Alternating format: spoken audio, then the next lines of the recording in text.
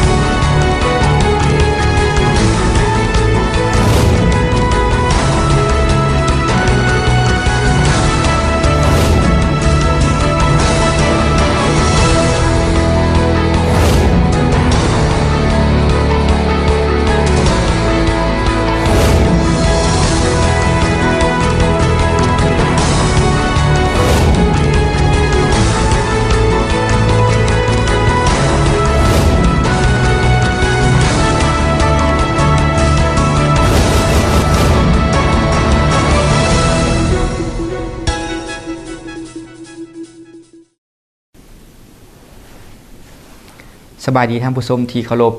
ยินดีต้อนรับท่านเข้าสู่รายการเพื่อสังคมยุติธรรมรายการของเราออกอากาศทุกวันอาทิตย์เวลา 19:30 น. หา 20:00 น.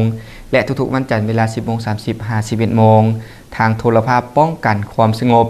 ในมื้อนี้ครับนาทีดำเนินรายการโดยออนคำสัญญวงศ์ในมื้อนี้ทางรายการของเราก็ได้นำเอาข่าวที่สำคัญและน่าสนใจของแขนงการยุติธรรมมาให้ท่านผู้ชมได้รับชมกันซึ่งเราเริ่มต้นกันที่ข่าวกระทรวงยุติธรรมแห่งสาธารณรัฐประชาธิปไตยประชาชนลาวและกระทรวงยุติธรรมแห่งสาธารณรัฐสังคมนิยมเวียดนามร่วมลงนามเอกสารสำคัญ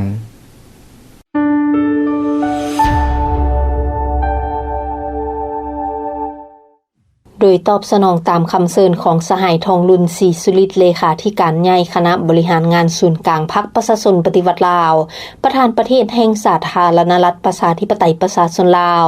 สหายเลืองเกืองประธานประเทศแห่งสาธารณรัฐสังคมนิยมเวียดนามได้เดินทางเยี่ยมยามรัฐกิจสปป.ลาวแต่วันที่24-25 เมษายน 2025เพื่อเพิ่มทวีและเสริมขยายสายพัวพันธ์มิตรภาพอันยิ่งใหญ่ความสามัคคีพิเศษและการร่วมมือรอบด้านระหว่าง2ประเทศลาวเวียดนามซึ่งพิธีต้อนรับอย่างเป็นทางการได้จัดขึ้นอย่างอบอุ่นและสมเกียรติในตอนบ่ายของวันที่24 เมษายน 2025ที่สำนักงานประธานประเทศโดยการเข้าร่วมของสหายทองลุนศรีสุริตเลขาธิการใหญ่คณะบริหารงานศูนย์กลางพรรคประชาชนปฏิวัติลาวประธานประเทศแห่งสาธารณรัฐประชาธิปไตยประชาชนลาวและสหายเลืองเกืองประธานประเทศแห่งสาธารณรัฐสังคมนิยมเวียดนามพร้อมโดยคณะผู้แทนขั้นสูงของ2ประเทศภายหลังสำเร็จการพบปะสหายทองลุนศรีสุริตและสหายเลืองเกืองได้เข้าร่วมเป็นสักขีพยานในพิธีลงนามเอกสารสำคัญจำนวน3ฉบับหนึ่งในนั้นได้ลงนามแผนการร่วมมือประจำปี 2025ระหว่างกระทรวงยุติธรรมแห่งสปป.ลาวและกระทรวงยุติธรรมแห่งสส.เวียดนามซึ่งต่างหน้าฝ่ายลาวโดยสหายเกียรติสนาพรหมจันทร์รองรัฐมนตรีกระทรวงยุติธรรมแห่งสปป.ลาวและต่างหน้าฝ่ายเวียดนามโดยสหายเงวียนแทงงอกรองรัฐมนตรีกระทรวงยุติธรรมแห่งสส.เวียดนามพร้อมเดียวกันนั้นทั้ง2ฝ่ายกระทรวงยุติธรรมแห่งสปป.ลาวและกระทรวงยุติธรรมแห่งสส.เวียดนามยังได้พบปะแลกเปลี่ยนบทเรียนซึ่งกันและกันตื่มอีกฝ่ายลาวนำโดยสหายไพวีศรีบัวลิภารัฐมนตรีกระทรวงยุติธรรมแห่งสปป.ลาวฝ่ายเวียดนามนำโดยสหายเงวียนแทงงอกรองรัฐมนตรีกระทรวงยุติธรรมแห่งสส.เวียดนามเราจะมาต่อกันที่ข่าวหน่วยภาคภาคฐานกรมคุ้มครองและส่งเสริมเวียกงานยุติธรรมไขกองประชุมใหญ่ครั้งที่4ของตนเพื่อเป็นการสรุปตีราคาคืนเกี่ยวกับการชี้นำพาการจัดตั้งปฏิบัติมติกองประชุมใหญ่ครั้งที่3ในระยะ5ปีผ่านมา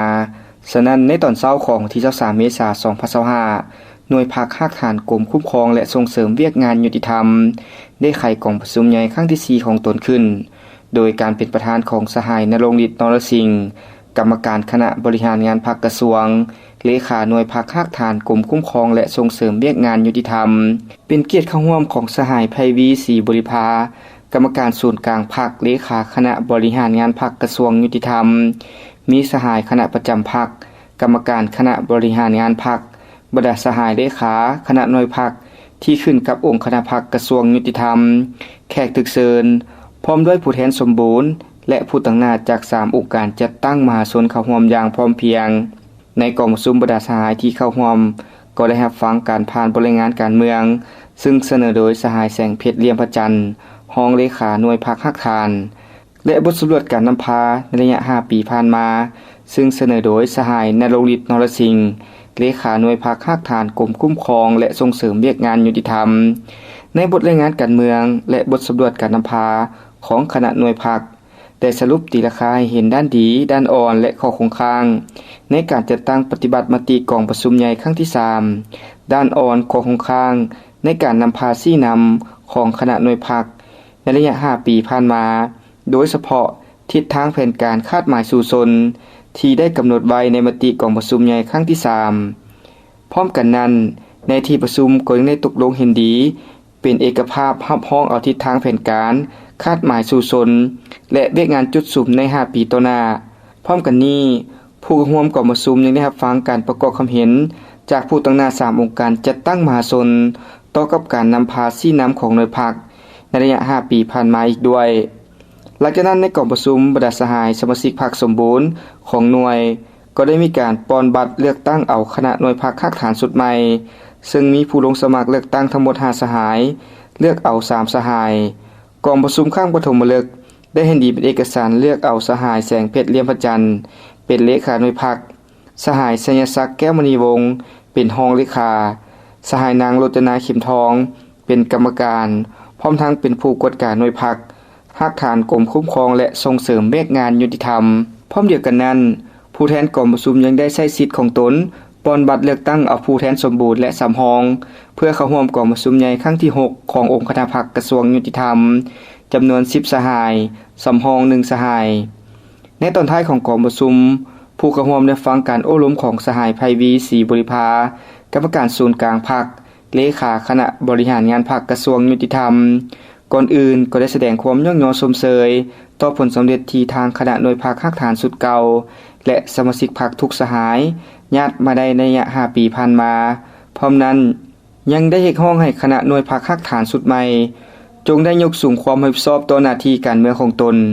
เอาใจใช้ในการเฮ็ดเวียกงานศึกษาอบรมการเมืองแนวคิดสมาชิกพรรคพนักงานให้เป็นปกติและต่อเนื่องปรับปรุงแบบแผนวิธีนำพาวิธีการเฮ็ดเวียกให้มีความเป็นเอกภาพและโรงเรียนตั้งหน้าเสริมขยายมูลเสื้ออันดีงามของหน่วยพรรคพันขยายมติกองประชุมใหญ่ครั้งที่4ของตนมาเป็นแผนงานแผนการและโครงการแล้วจัดตั้งให้ได้รับผลสำเร็จตามจุดประสงค์และระดับคาดหมายที่กำหนดไว้เฮาจะมาต่อกันที่ข่าวกองประชุมกะเกี่ยมความพร้อมให้แก่กองประชุมรัฐมนตรีกฎหมายอาเซียนครั้งที่13และกองประชุมเจ้าหน้าที่อาวุโสกฎหมายอาเซียนครั้งที่24กองประชุมดังกล่าวได้จัดขึ้นในตอนเช้าของวันที่24เมษายน2025ที่โรงแรมดับเบิลทีบายฮิลตันนครหลวงวิจันทร์โดยการเป็นประธานของทานคำพรศรีประเสริฐหัวหน้ากลุ่มร่วมมือสากลกระทรวงยุติธรรมมีผู้ตั้งหน้าจากศูนย์แก้ไขข้อขัดแย้งทางด้านเศรษฐกิจศาลประชาชนสูงสุดองค์การอัยการประชาชนสูงสุดกระทรวงป้องกันความสงบกระทรวงการต่างประเทศพร้อมด้วยคณะรับผิดชอบเข้าร่วมอย่างพร้อมเพรียงจุดประสงค์ของกองประชุมในครั้งนี้แม่นเพื่อปรึกษาหารือกับบรรดาคณะการภายในเพื่อกะเกียมความพร้อมให้แก่การเข้าร่วมกองประชุมรัฐมนตรีกฎหมายอาเซียนครั้งที่13และกองประชุมเจ้าที่อาวุโสกฎหมายอาเซียนครั้งที่24ที่จะจัดขึ้นในปี2025นี้ที่ประเทศฟิลิปปินส์ซึ่งในกองประชุมผู้เข้าร่วมก็ได้รับฟังการรายงานเกี่ยวกับผลสำเร็จในการจัดตั้งปฏิบัติผลของกองประชุมเจ้าหน้าที่อาวุโสกฎหมายอาเซียนครั้งที่23และกองประชุมรัฐมนตรีกฎหมายอาเซียนครั้งที่12ที่ผ่านมาหลังจากนั้นผู้เข้าร่วมกองประชุมก็ได้มีการประกอบความคิดความเห็นแลกเปลี่ยนกับบรรดาเนื้อในที่จะรายงานต่อกองประชุมซึ่งติดพันกับบรรดาคณะการที่เกี่ยวข้องบรรดาข้อสะดวกข้อยุ่งยากในการจัดตั้งปฏิบัติเวียกงานตัวจริงและการประสานงานต่างๆในระยะผ่านมาแนะใช้ให้บรรดาเนื้อในด้านต่างๆของแต่ละแขนงการมีความเป็นเอกภาพเพื่อกะเกียมให้แก่การเข้าร่วมกองประชุมรัฐมนตรีกฎหมายอาเซียนครั้งที่13และกองประชุมเจ้าที่อาวุโสกฎหมายอาเซียนครั้งที่24ที่จะจัดขึ้นในท้ายปี2025นี้เฮาจะมาต่อกันที่ข่าวเผยแพร่การศึกษาการนำใช้กฎหมายและระเบียบการว่าด้วยสิ่งแวดล้อมอยู่สาธารณรัฐประชาธิปไตยประชาชนลาว ในวันที่24เมษายน2025ที่นครหลวงเวียงจันทน์กรมร่วมมือสากลกระทรวงยุติธรรมได้จัดกองประชุมเผยแพร่ผลการศึกษาการนำใช้กฎหมายและระเบียบว่าด้วยสิ่งแวดล้อมอยู่สปป.ลาวภายใต้แผนปฏิบัติงานโครงการ Justice ขึ้นให้เกียรติเป็นประธานโดยท่านนางสายคิดวิศรีสมบัติรองหัวหน้าโครงการรองหัวหน้ากรมร่วมมือสากลกระทรวงยุติธรรม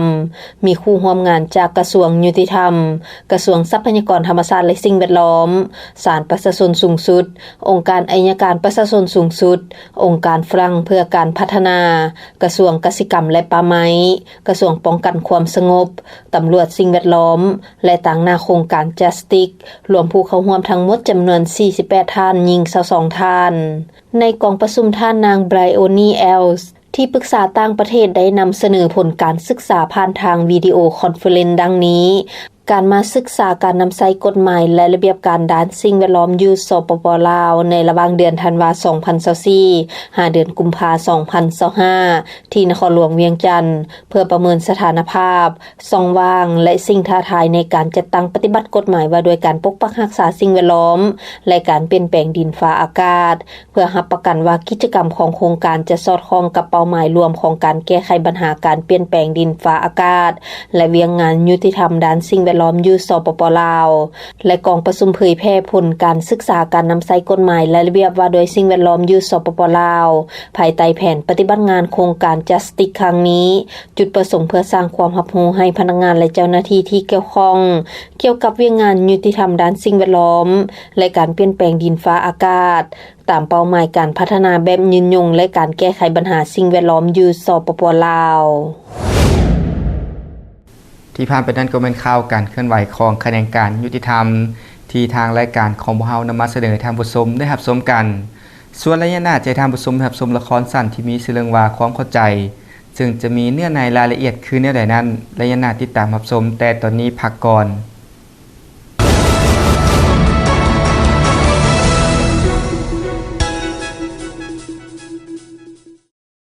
ครับเข้าสู่ระยะที่2ของทางรายการระยะนี้จะทานผู้ชมแบบชมละครสั้นที่มีชื่อเรื่องว่าความเข้าใจซึ่งจะมีเนื้อในรายละเอียดคือแนวใดนั้นไปรับชมพร้อมๆกันเลย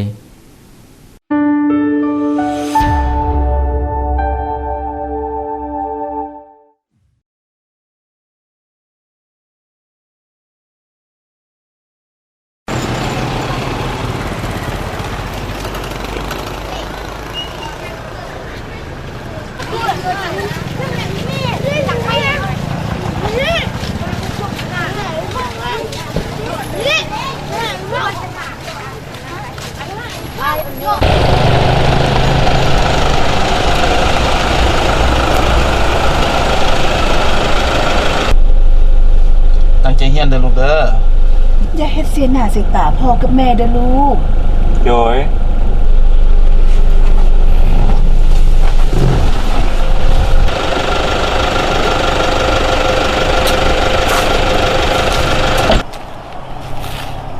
นี่เนาะพ่อกับแม่เพิ่นยังมีเวลามาส่งเขาและอิสาเด้สร้างภาพฮะเมื่อกี้นี่เว้าหยังเกาะฟังบ่คักบ่มีหยังดอกอย่าไปสนใจเลย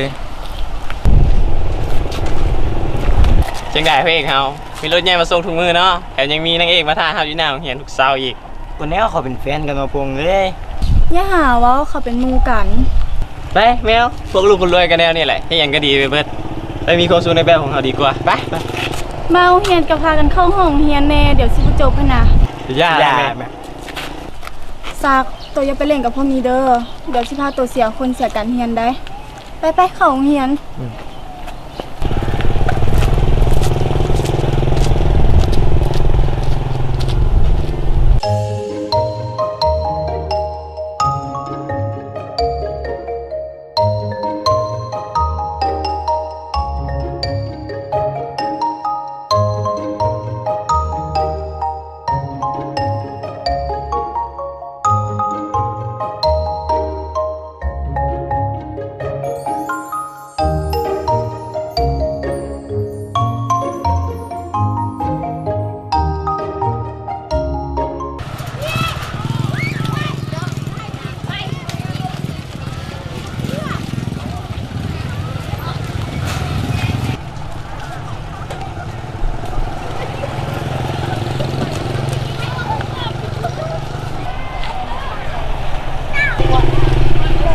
ซากวิชาภาษาลาวตัวมื้อนี้นะตัวก็ตั้งใจเรียนแน่มื้ออื่นเท่ากัน มึงแม่ผมการอำลากันอีกไงปะนี่มาโรงเรียนอีกบ่เป็นเนาะ และลูกยังบ่สอนนมเลยก็แบบนี้แหละ เกิดมาเพื่อเว้าแท้ๆเนาะก็แนวนี้แหละพ่อแม่บ่มีเวลาสั่งสอนนะอย่าไปฟังเขาซักเฮากลับก่อนเด้อแม่เฮามารับแล้ว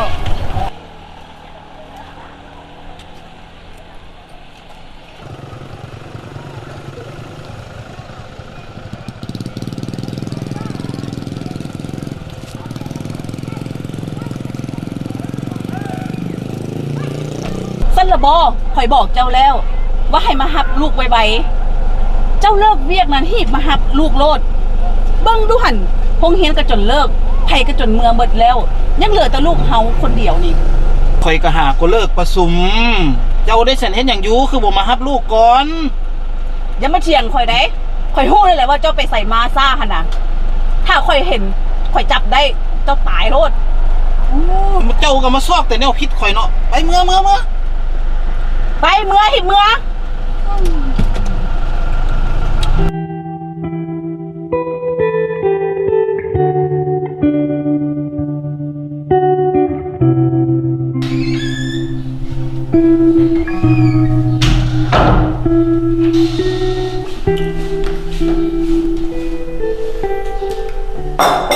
อย่าว่าข่อยบ่ฮู้เด้อเจ้าเอาเงินใส่ไปทางใดหั่นน่ะที่เซาแล้วเซาได้อัน100,000 1,000นี่นะถ้าข่อยจับได้ข่อยเห็นคาตาแล้วเจ้าตายนำข่อยแท้ๆเจ้าน่ะ เจ้าอย่ามาเก่งอยู่นี่นะอันมือนี้ก็ค่อยตัวหาเงินมาใส่ใจในครอบครัวนี่นะค่อยก็ฮู้คือกันนะเจ้าเอาเงินไปลินไผ่หั่นน่ะเอาเวลาไปเว้านํแต่ไผ่หั่นน่ะตามมันสิเอาเวลามาเบิ่งแย่งครอบครัวอย่างนี้เบิ่งแย่งลูกเต่านี่เจ้าสิบ่เฮ็ดเบิ่งแม่ลูกหั่นน่ะเฮียนก็อ่อนไปเฮียนก็ซ่าซ้ำบ่นำแต่ละทิศถือคู่อื่นไปสำรวจตลอด เจ้าหันเด้แทนที่เลิกแล้วสิกลับบ้าน ไปเวหาแต่ซุ่มแซวน้ำผู้แสผู้สาวกลับดึกกลับดื่นเว้ามาข่อยละคุณเจ้าแท้ๆเด้ เซาไปลูกมากินข้าวพุ่นน่ะแล้วจื้อไว้เด้ถ้าหน้าอย่าซุ่มมาพิษกันให้ลูกเห็น เจ้าไปค่ะแม่นางตายตะเคโทรศัพท์อยู่หั่นแหละ เจ้าหั่นน่ะไปน่ะจะเว้ายากเลยแม่ ส่งข้อความหาลูกบอกลูกมากินข้าว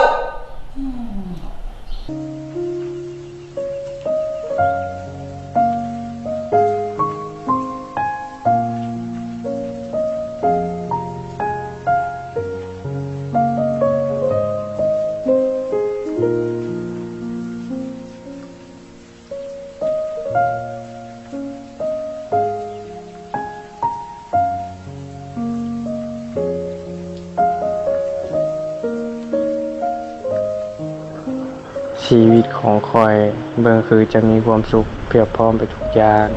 แต่ในความเป็นจริงแล้วคอยอาจจะสุขกายแต่ทางจิตใจคอยบ่เคยได้รับความอบอุ่นความเอาใจใส่จากผู้เป็นพ่อแม่เวลาลงกันก็ยังบ่มี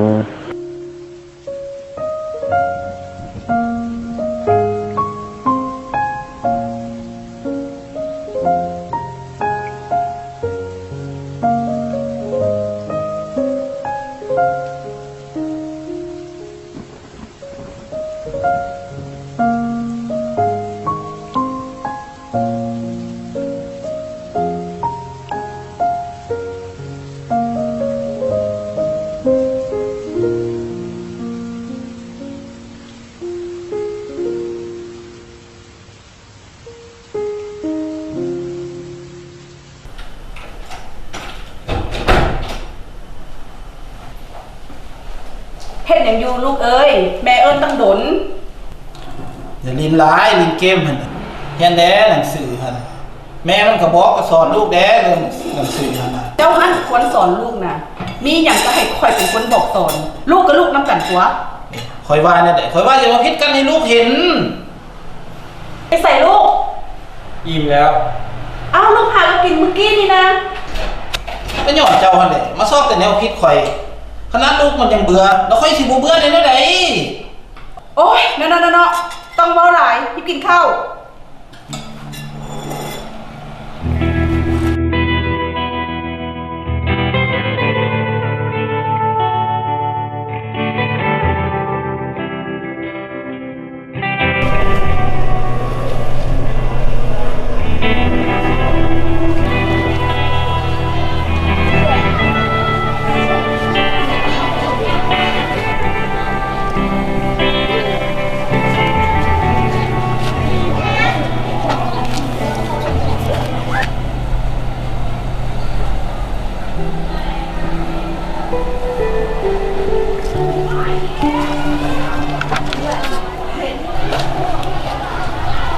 บอกแล้วลูกชาย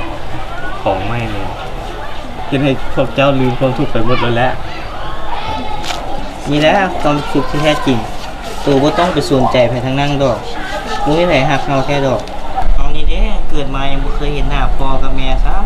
ำและยังบ่ฮู้อีกว่าพ่อกับแม่เฮาแม่นไผอยู่ไส เราก็เบื่อชีวิตในครอบครัวกันที่พ่อแม่บ่เข้าใจกัน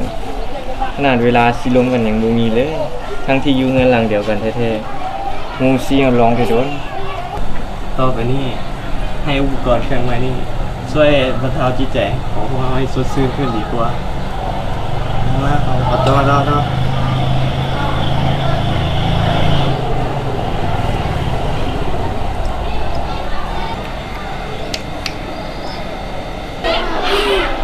ซักสุดท้ายโตก็รับมาเฮ็ดแบบนี้บ่ได้ละเราต้องไปบอกอาจารย์ก่อน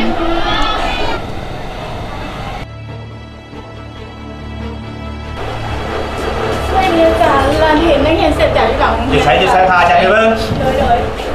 รู้นี่นะ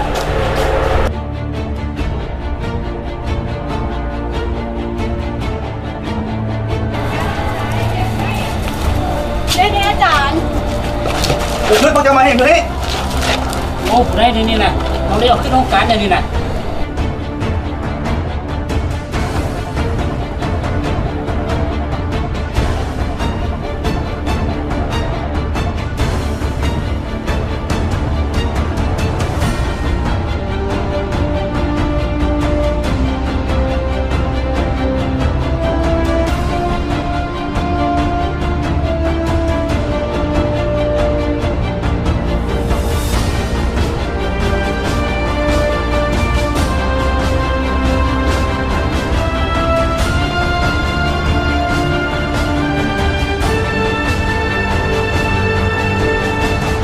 สบายดีน้องๆสบาย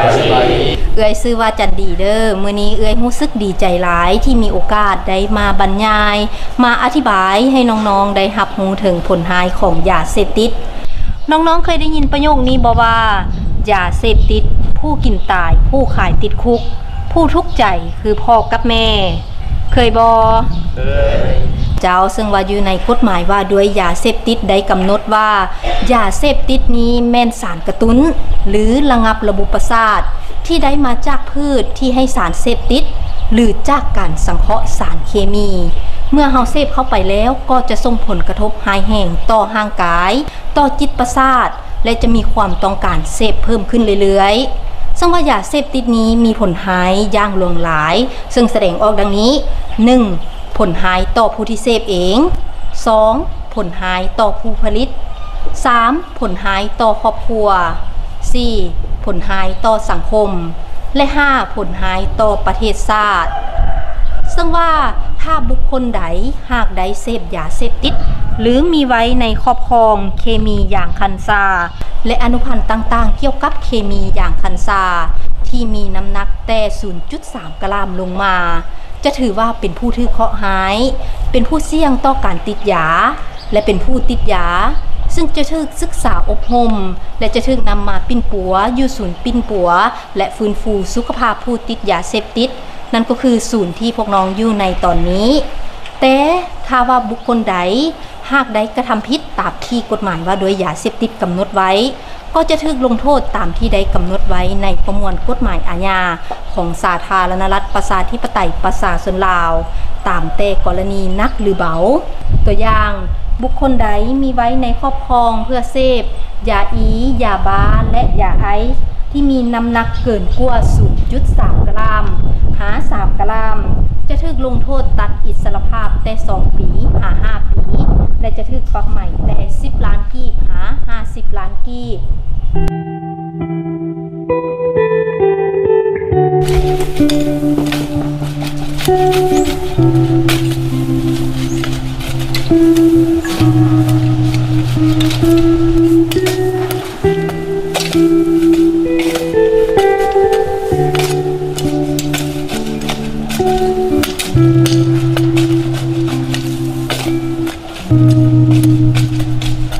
บ่คิดเลยว่าสิ่งเสพติดจะมีผลหายแนวนี้เขาเฮ็ดหยังลงไปเขาคือทำลายตัวเองคือแนวนี้ นอกจากสร้างเวลาให้ครอบครัวแล้ว ยังเฮ็ดให้สังคมบ่มีความสงบอีก นับแต่นี้ต่อไปเขาจะบ่กลับไปยุ่งกับสิ่งเสพติดอีกบ่ว่าจะในรูปแบบใดก็ตาม เอาคือกันจะกลับตัวกลับใจ เราจะบ่พาพวกตัวลงทางผิดอีกเราตั้งใจเรียนแล้วเพื่ออนาคตที่ดีจะได้มีเวียกเฮ็ดงานทำจากออกจากศูนย์บำบัดไปพวกเขาสิพากันเปลี่ยนแปลงตัวเอง เป็นคนใหม่เพื่อตัวเองและครอบครัวได้พึ่งพาได้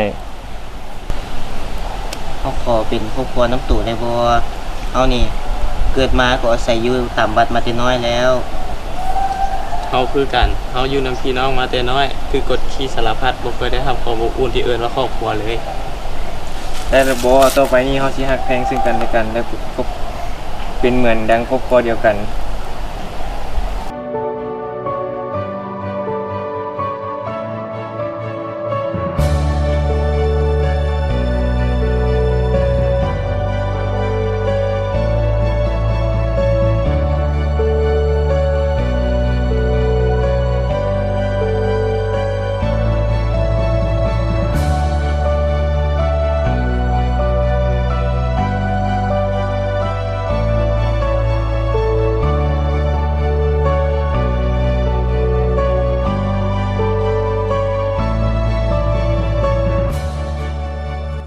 ลูกเอ้ยพ่อกับแม่ได้ลงกันแล้วว่าจะปรับปรุงตนเอง